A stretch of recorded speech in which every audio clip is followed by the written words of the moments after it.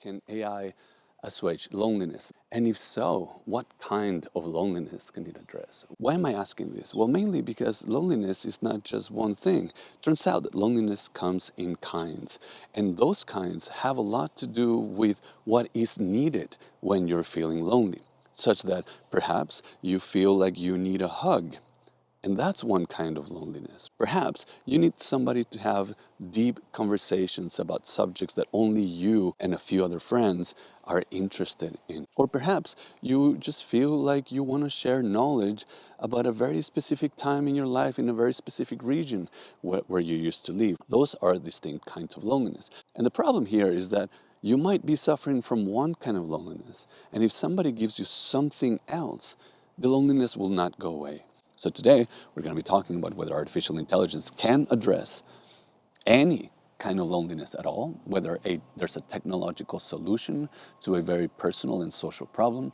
And second, if it can, what kind of loneliness is it equipped to address? Because it might turn out that given its nature, given what it's designed for, given the kinds of things that it can do, it may not be the kind of technology that can come and love you and care for you and give you a hug or cook you a delicious chile colorado plate. But it might be the kind that can definitely address your other needs, such as deep conversation about your personal interests, your hobbies, and or perhaps just that very narrow kind of knowledge that you want to share with others. You know, as usual, when you're thinking about a philosophical problem, the devil is in the details, right? And in this case, the details are, well, what do you mean by loneliness? What kind of loneliness are you talking about? It turns out that literature has a very monolithic view of loneliness. It addresses it only as two kinds, right? You're either really socially isolated, and that brings about loneliness, or you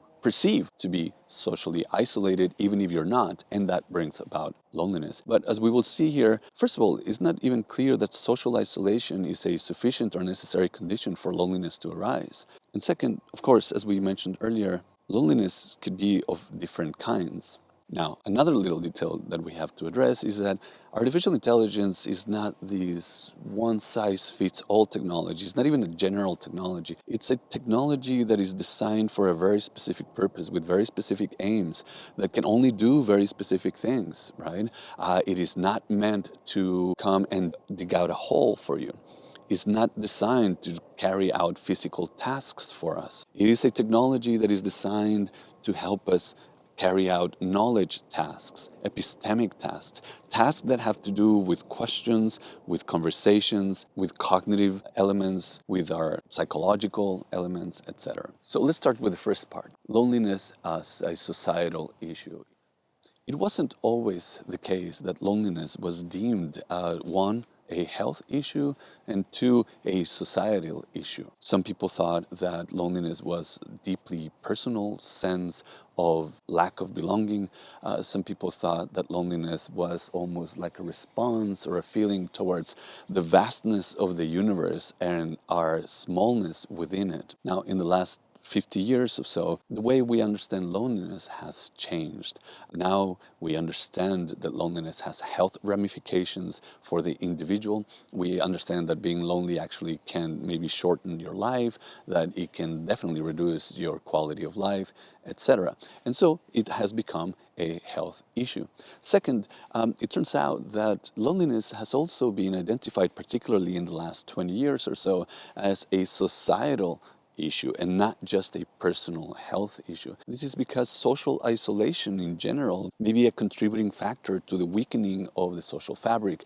It may be a problem for a sense of community, for a sense of political belonging, for a sense of political agency. In the United States, for example, it's already deemed a kind of epidemic, particularly when it comes to young people and particularly young men, but also when it comes to older people that suffer from a lack of communication, a lack of sociability, and a lack of connection to peers and or family. And it's not just here in the United States. Even the European Parliament has been having hearings to address it, to think about it, and to come up with possible solutions. In some very specific contexts, loneliness can even be seen as a security vulnerability, both for personal purposes, like protecting your own finances from scammers, but also from national security perspectives, because it turns out that lonely people are easy targets for bad actors, whether that is for national defense purposes or even corporate espionage. So loneliness is a problem.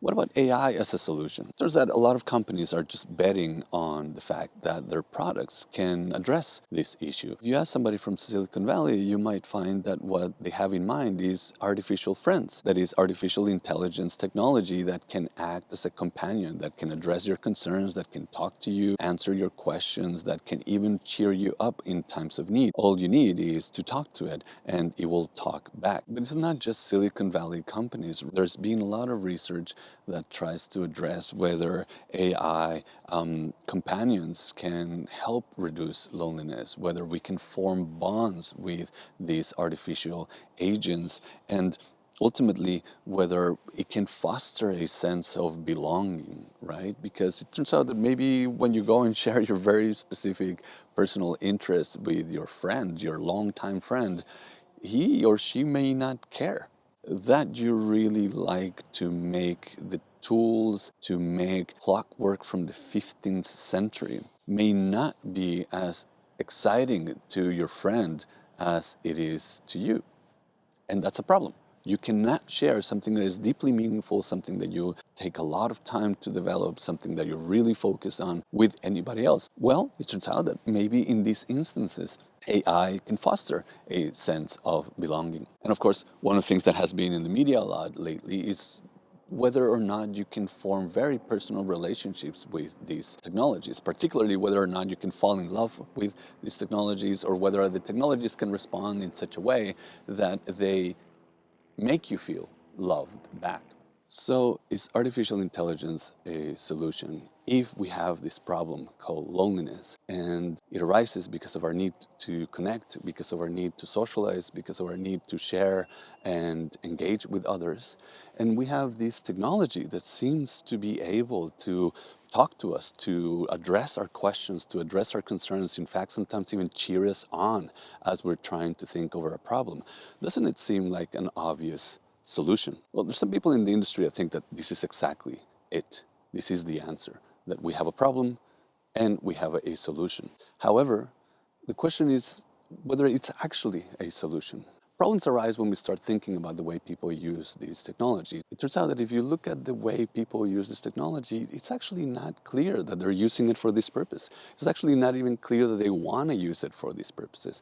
For example, recently, the philosopher that works for Anthropic, the company that produces one of these AI technologies called Claude, talked about whether or not AI could fill in these gaps, whether you could talk to it in a way that would make you feel loved, whether you could fall in love with it, whether you should, all of those things. And of course, that's an important thing to talk about. It's very interesting that they have a philosopher in-house and on all of those things. But the problem here is that if you look at their data, it turns out that people are using Claude for many other reasons other than affective. They're not addressing their own personal issues. According to their data, less than 3% of their users are using it for these purposes. And even within those 3%, very few use it for either psychotherapy or for companionship or even for romantic issues. Now, the other question is whether it should address any of these issues. Some technologists and ethicists have been wondering, well, the question is not whether it can or cannot fill in these gaps. It's not whether these kinds of technology will be able to talk to us as a friend, be better than a friend, provide more easy companionship than a friend. The question is whether it should at all. Maybe a social issue, maybe a personal issue should not have a technological approach. And this is particularly taking into consideration that this technology doesn't come from a vacuum. It is a product. And it is a product that takes a lot of liberties concerning our data, our information, the way it learns from us, and it's quite invasive comparing it to other technologies. And so the ethicists have been wondering, look, it doesn't matter if it could fulfill the needs of a lonely person. The question for a society nowadays is whether we should let it fulfill that. instead of pursuing other possible, more human answers, whether artificial friends should be a solution for the lack of actual friends. Now, philosophically speaking, another issue that arises is that even if we think that artificial intelligence could address some of these issues, even if we feel like we are engaging with it in a meaningful manner or not, whether it is the kind of thing that can do that kind of stuff. Turns out that certain kinds of technologies, certain kinds of artifacts, certain kinds of things in the world simply do not have the properties that are adequate for fulfilling certain purposes. You don't want to use a car tire to spread your butter. You don't want to use a bird as a hammer. Certain kinds of things have certain kinds of properties. So, for example, it is questionable whether a rock can be indeed your friend. Even if we think it can, it doesn't seem like it has the properties to fulfill friendship. It cannot keep promises, cannot make you feel love, etc., even if you think so. Well, philosophers such as Oluwaseun Sanwo-Olu and John Simmons have written about this problem, the idea that it doesn't matter what we think about artificial intelligence. What matters is whether this is the kind of entity, this is the kind of thing in the world that has the properties that could address that problem to start with. So now, what's the problem? The problem is that the devil is in the details. We've been talking about AI solving the problem of loneliness. We've been talking about the possibility of artificial intelligence assuaging loneliness without having really clarified what each of those two things are. For example, we don't know exactly what loneliness is. Similarly, we don't know exactly what we're referring to when we're talking about artificial intelligence. It turns out that artificial intelligence is a very specific kind of technology designed to do very specific kinds of things. Similarly, it turns out that loneliness is not just one thing. It comes in kinds, and we need to specify which of those we're talking about. So let's start with loneliness. The first thing to do is to clarify what we mean by loneliness. This is a term that we use all the time for all kinds of purposes. We think that people walking into a bar by themselves are lonely. We think that people praying by themselves are lonely. We also think, curiously, that some animals are lonely. Take, for example, 52 hertz. This is the nickname of a whale that we've identified has been roaming the oceans for quite a while, singing its song. The problem is that it's been singing at 52 hertz, and this is a frequency that none of the other members of its species actually recognize. And so it can sing, and none of its peers would ever hear it. Now, we call this whale the loneliest mammal on Earth. Now, so then what is loneliness if we can use it all the time for all kinds of things? The first thing to do is to separate it from solitude. Solitude is not at all what we mean by loneliness. In fact, they can have completely different effects. Solitude can bring calmness, solitude can be peaceful, solitude can be beneficial for your health, whereas loneliness already has a negative connotation. There's no time in which we use the concept of loneliness to refer to something good in somebody's life. And so conceptually, we can already start differentiating them. We know we are talking about two different things. Now, the interesting thing here is that we sometimes confuse them because they share one thing, mainly that both in solitude and in loneliness, you're socially isolated. When I use the example of the person at a bar and when I use the whale, one of the things they have in common is that they're socially isolated. However, there must be something else, because if it's just social isolation, one can be good and the other one can be bad. So it cannot just be social isolation. And this brings me to a differentiation that is not so clear in the literature, whether it's philosophical or psychological literature. In psychology, there's two main ways of looking at loneliness. The first one is to understand it as a kind of social isolation. You are, in fact, socially isolated. There are no people around you. There are no loved ones around you. You have no friends. There's nobody around you. You're socially isolated. The second one, you just perceive to be socially isolated. You can be around people, you can have friends, you can have loved ones, but you keep thinking or you keep perceiving that you're socially isolated. So the main way of understanding loneliness in psychology is by calling it social isolation. One is objective social isolation, and the other one is perceived social isolation. However, very recently, there's been some philosophical work that does a little bit of conceptual analysis and has figured out that this can't be the case. There's this beautiful essay by philosopher Caitlin Creasy that is called "Loved yet lonely. And one of the things that this essay does is to talk about those instances in which we are surrounded by people, those instances in which we're in fact loved by people that surround us, and yet we may still be lonely. This is going to be very interesting because it shows that we may still be lonely even when we are not socially isolated. This means that there must be something else to loneliness. Now, the interesting thing here is also to accept this is not just a perception issue. It's not like we perceive to be lonely when we are not. It's that in fact we are lonely. How can this be so?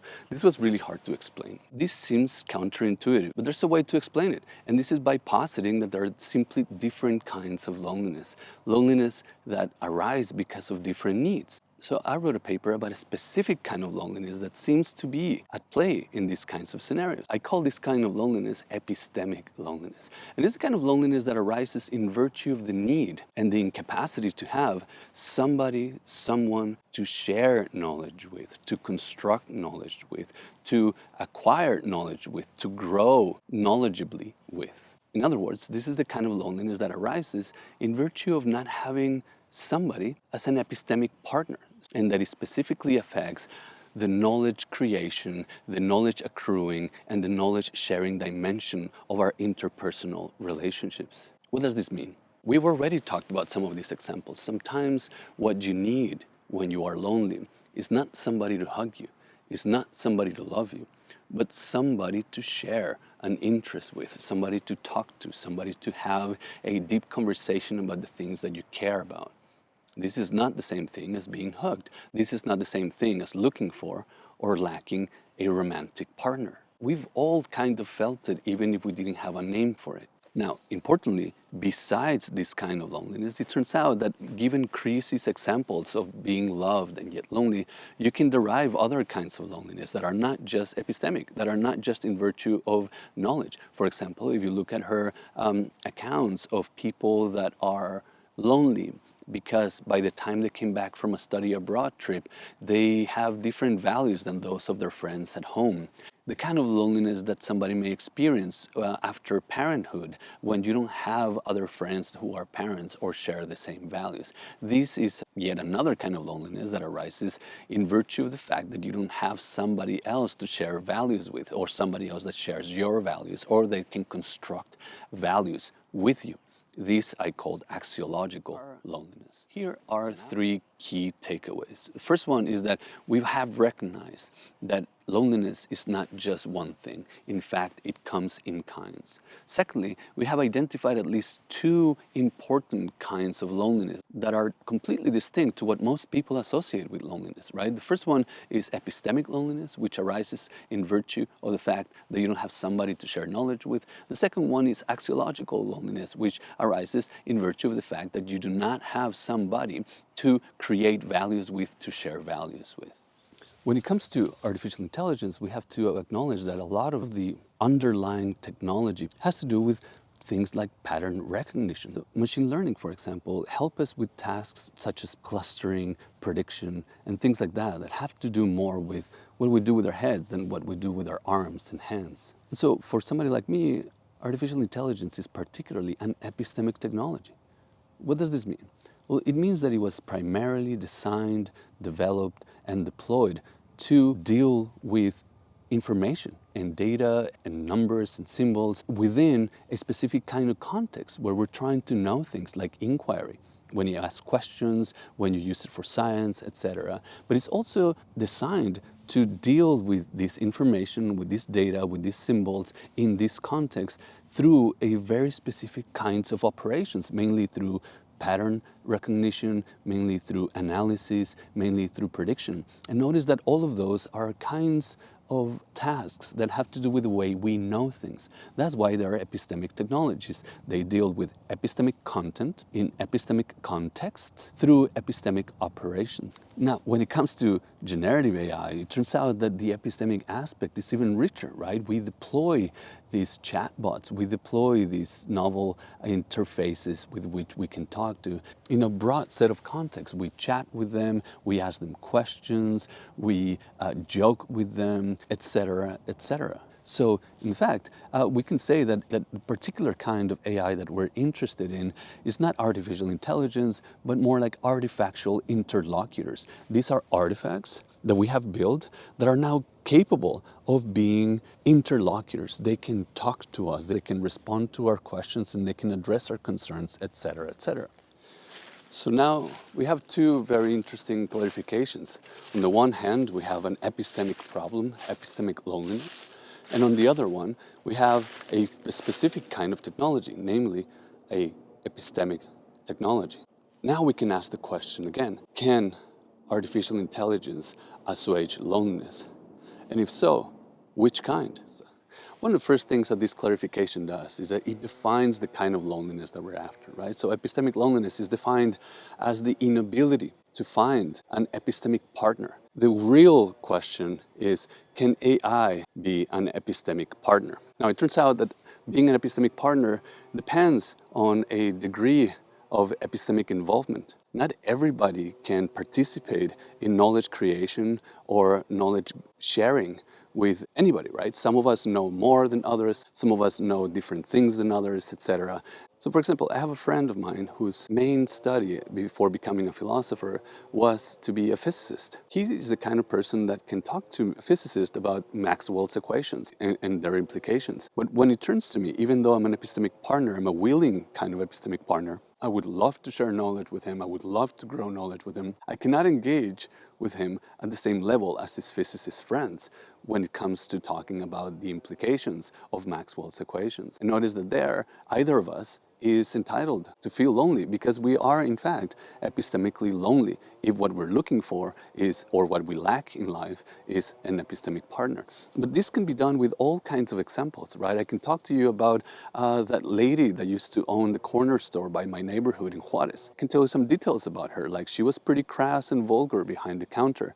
And the problem is that even if you're an active listener, even if you want to learn about Doña Reina, turns out that you might not be able to be as involved as I need you to be. If what I want is somebody to grow knowledge with about Doña Reina or to share knowledge with about Doña Reina. Maybe somebody that lived in my neighborhood, maybe that somebody comes from my same hometown, maybe that's somebody that speaks my language, or maybe somebody that actually knew Doña Reina will be more of an epistemic partner than you could be. So whether something is an epistemic partner depends on their capacity for epistemic involvement. Now, it turns out that if I do a gradient of epistemic involvement, such that somebody that speaks my own language, that recognizes my English sentences, can get involved at some level, somebody that speaks my language plus knows the city that I come from, can speak at the second level or can talk to me at yet another level of depth. Somebody that knows where I come from, speaks my languages, but also knows about my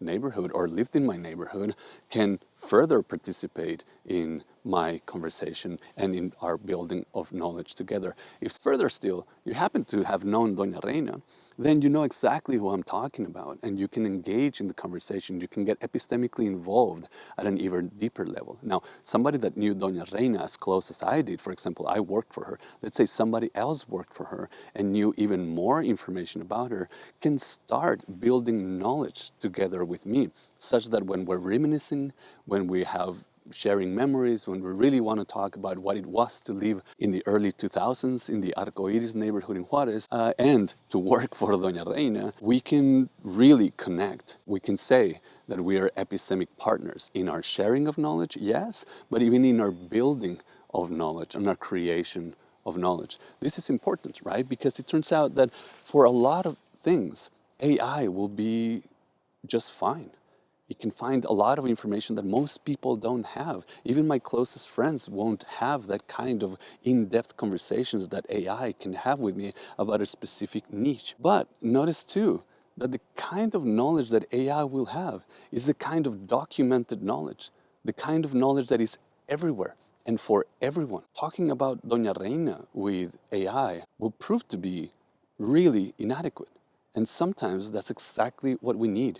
We need somebody to share knowledge of our deepest interests, of our deepest memories. Now, this is interesting because, of course, the idea of epistemic loneliness sometimes can be easily attached to the lone genius, the kind of person that cannot communicate with anybody because they're just so high above. But here is a definition of epistemic loneliness that actually makes it such that it captures all of our experiences, whether you're not very well versed and therefore cannot be an epistemic partner on a specific topic, or whether you're really high versed in a specific topic and therefore cannot find an epistemic partner. Both can qualify as epistemically lonely characters. At the end of the day, the idea would be the following. We have done a lot of work, first in clarifying what we mean when we ask the question, can AI assuage loneliness? We have clarified it because now we know that there are distinct kinds of loneliness, and that some of these loneliness arise because of a lack of an epistemic partner, somebody to share knowledge with, to create knowledge with. We also know that AI, the way we are understanding AI, is not just like any other kind of tool. This is a very specific kind of tool that is designed mainly to address epistemic tasks, things that have to do with knowledge creation and knowledge acquisition. So then we can ask the question, okay, we have an epistemic technology, we have an epistemic problem, right? Can this technology help us with that problem? And now we can even further clarify the question by saying, we're not even just asking whether AI can solve loneliness. We can say, can artificial intelligence, especially this artifactual interlocutor, the kinds of chatbots that we're talking to, can they function as epistemic partners? And then we said an epistemic partner depends on the degree of epistemic involvement that something or someone can get into. And then we talk about various kinds of knowledge that we're interested in sharing with others and creating with others. And we saw that, of course, there's something very interesting about these novel kinds of artificial interlocutors. They can talk about all kinds of things. They can talk about the Roman Empire in ways that most of my friends can't. They can talk about astronomy in ways that most of my friends can't.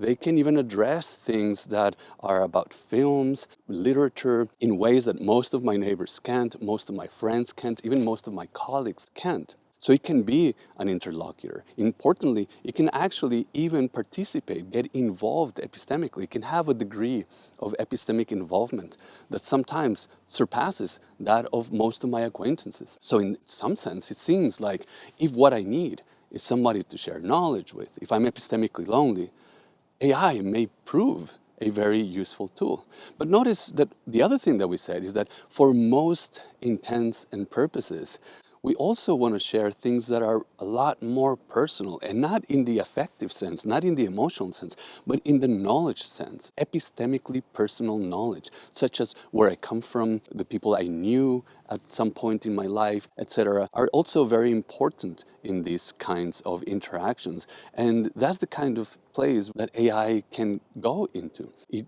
does not have the data, first of all, to understand Doña Reina, who Doña Reina was, why Doña Reina figured in my life, and it cannot listen to me. Furthermore, it cannot create knowledge with me. So notice that not only is the kind of knowledge not accessible to artificial intelligence, but also it cannot build knowledge forth with me about this particular kind of thing, namely Doña Reina, mainly the Arcoiris neighborhood in the early 2000s in Ciudad Juarez. So, in conclusion, it seems that AI will probably be able to be a completely different kind of interlocutor than the ones that we're used to. It will be a better interlocutor than our friends when what we want to talk about is history. It will be perhaps even better than some of our mentors and professors, which cannot always be available in order for us to ask them questions about something that is of historical relevance, that is in the literature, etc. But it also means that AI may not be able to really enter our interpersonal space of knowledge creation, knowledge acquisition, and knowledge sharing. So, there you have it. Can AI assuage loneliness? And if so, which kind? Well, perhaps just a little bit of epistemic loneliness. But don't expect at any time to share your values or give you a hug.